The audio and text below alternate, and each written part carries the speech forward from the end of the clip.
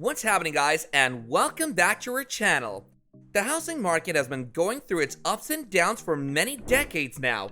It's hard to navigate what's going to happen the following year or even after a few months because so many factors are having an impact at all times. So let's have a look at the 5 housing market predictions for 2022. Number 6. Navigating the current market. The 2021 housing market has been difficult to navigate for any purchaser, new or experienced.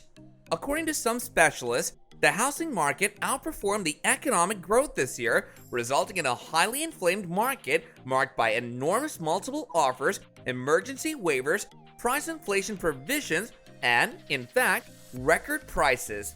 Indeed, prices in 2021 have soared, rivalry has been fiercer than ever, and a scarcity of properties has guaranteed that many home buyers have paid and continue to pay big bucks even while mortgage rates are near historic lows. While the real estate market is still sweltering, there are signs that it is starting to cool. More homes on the market implies more alternatives for buyers and, possibly, less competition for home as housing inventory or the amount of homes on the market begins to rebound. Number 5. The end of forbearance would be in 2021. It's believed that forbearance would end in 2021, and what we would see right now, 70% of the FHA, VA, USDA, Freddie Mac, and Fannie Mae loans are all in forbearance, and right now, you can detect about more than 2 million people that are going to have to deal with that. Not all of them are going to happen in 2021. Some are going to trickle into 2022, but the sad truth is simply that these are the people that have to pay one way or another.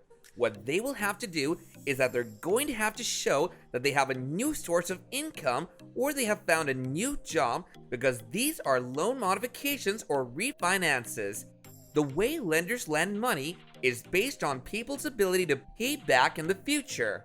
So this is going to go one of 2 ways. People are going to either stay in their homes and work it out with the lender if the lender allows it based on their financial condition. Or 2, they will have to sell some of these homes or foreclose, and luckily, some of these home prices would have gone up enough where they might have enough money to pay it back that's now in forbearance. They'll be able to use their proceeds from their houses to pay that off. The foreclosure activities continue to increase despite the government moratorium. There are billions of dollars of unpaid mortgages that are going to trickle into the economy one way or another. Number 4. The end of eviction moratorium in 2021. The eviction moratorium would likely end in 2021, and there are likely going to be 11 million renters that are going to be displaced. In other words, when this ends, the landlords would legally be able to take back the possession of their property through the proper eviction process. Millions and millions of people are going to be facing evictions as this moratorium ends and as the landlords try to take back their properties and rent them to people that can pay so that they can pay their own bills and earn more.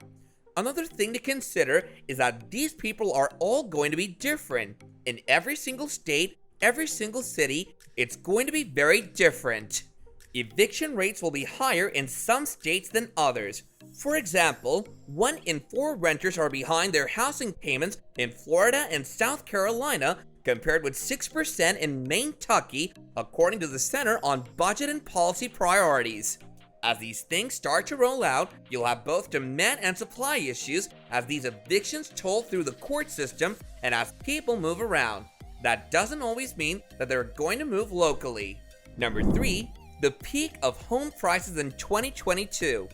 The third prediction is that home prices would peak in 2022. One of the reasons for that is that right now, home ownership rates are down. If you look at St. Louis, Florida, it's fascinating. If we look at the home ownership rate in the United States as a whole, which starts in 1970, goes up to 1980, 1990, and 2000, the home ownership rate got extremely high back in 2005, which ultimately led to the housing crash in 2007, 2008, and 2009. After that, it kept going down, which is a good sign for the renters. When there are people falling out of houses, then the ultimate direction would go towards rentals. So the housing rate went down to almost 63% from about 69%, which is a massive difference, and it included millions of people, in which every 1% would represent millions of people. If we look at the trends post-crash, it peaked in the pandemic during 2020, which is hard to believe. The home ownership rate got up to 68%. If we observe the trends from 2018 to 2011, we see that in 2018, the home ownership rate was just under 65% and went all the way up to 68%. This would be about 3 million people who basically went into home ownership during this time. And what happens when it reverses is that they go back to rentals. Right now, the home ownership rate is back to 65%, which represents millions of people coming out of home ownership within a year. The interest rates are going up. The Treasury Secretary Janet Yellen says that rates may have to rise somewhat to keep the economy from overheating. Things are overheating right now. Prices are going insane. The Fed uses the interest rate as a barometer to be able to put the brakes on a call enemy. But that isn't going to do good things because it's going to slow things down right now. The last thing is construction costs, which unless you've been living under a rock, you would know that the construction costs are extremely high, especially right now. This is creating affordability issues.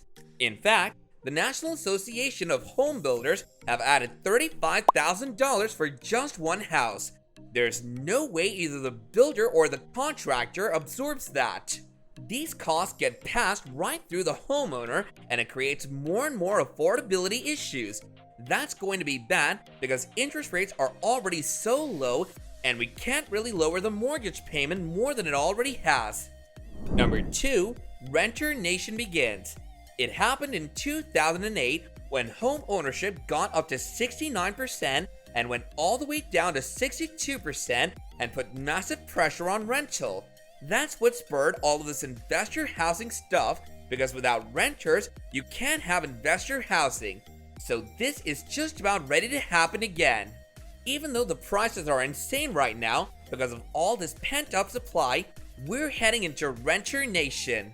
In a study by Freddie Mac, one of the most important challenges our industry will face is the significant shortage of starter homes, and the reason would have to be the construction costs. Before the pandemic, the housing market was facing a shortage supply, and that deficit has grown. Number 1, higher interest rates. The last prediction is that there will be higher interest rates as the Federal Reserve starts to put a governor on this economy. A lot of the investors are already backing off with the view that the Federal Reserve could not raise rates in 2022. Janet Yellen came out recently and said that it didn't mean that they will raise the rates, but she hinted at it. The Federal Reserve has a policy when the inflation is very high, they actually raise interest rates to try to maintain inflation to a reasonable level. What that is going to do is that it's going to create affordability issues in the form of rent. But do let me know what you guys think about all of this in the comments down below, and I'll catch you guys later in another video. Bye now!